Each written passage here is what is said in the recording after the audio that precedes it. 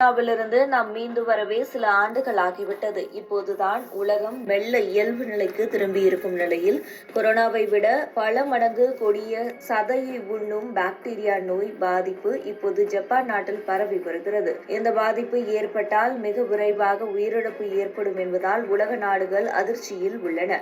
இந்த உலகில் பரவிய கடைசி பெருந்தொற்றாக நிச்சயம் கொரோனா இருக்காது என்பதே வல்லுநர்களின் எச்சரிக்கையாக இருந்தது. இதற்கிடையே கொரோனாவை விட எளிதாக உயிரை பறிக்கும் நோய் ஜப்பானில் பரவி வருகிறது.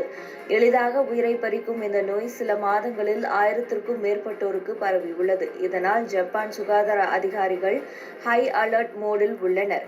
இந்த நோயை STSS அதாவது ஸ்ட்ரெப்டோகாக்கல் டாக்சிக் ஷாக் சிண்ட்ரோம் என்று அழைக்கிறார்கள். இந்த பாதிப்பு ஏற்படும் நபருக்கு குறுகிய காலத்தில் மரணம் ஏற்படவும் வாய்ப்புகள் அதிகம். இதை சதை உண்ணும் பாக்டீரியா என்றும் குறிப்பிடுகிறார்கள். கடந்த ஜூன் 2ஆம் தேதி வரை ஜப்பானில் 977 பேருக்கு இந்த STSS ஏற்பட்டுள்ளது. இது கடந்த ஆண்டு ஒட்டுமொத்தமாக ஏற்பட்ட பாதிப்பை விட அதிகமாகும். இந்த STSS என்பது குரூப் A ஸ்ட்ரெப்டோகாக்கல் பாக்டீரியாவால் ஏற்படும் மிக அரிதான அதே நேரம் கடுமையான பாக்டீரியா தொற்று ஆகும். இந்த பாக்டீரியாக்கள் இரத்த ஓட்டத்தில் நுழையும் போது அது உடலில் ஆபத்தான விஷத்தை உடலில் பரப்பும். உரிய நேரத்தில் சரியான சிகிச்சை இல்லை என்றால் உயிரிழப்பை கூட நேரிடும்.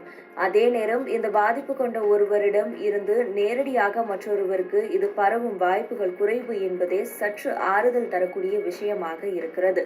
காய்ச்சல், தலைவலி, குமட்டல் மற்றும் வாந்தி ஆகியவை இதன் முதற்கட்ட அறிகுறிகளாகும்.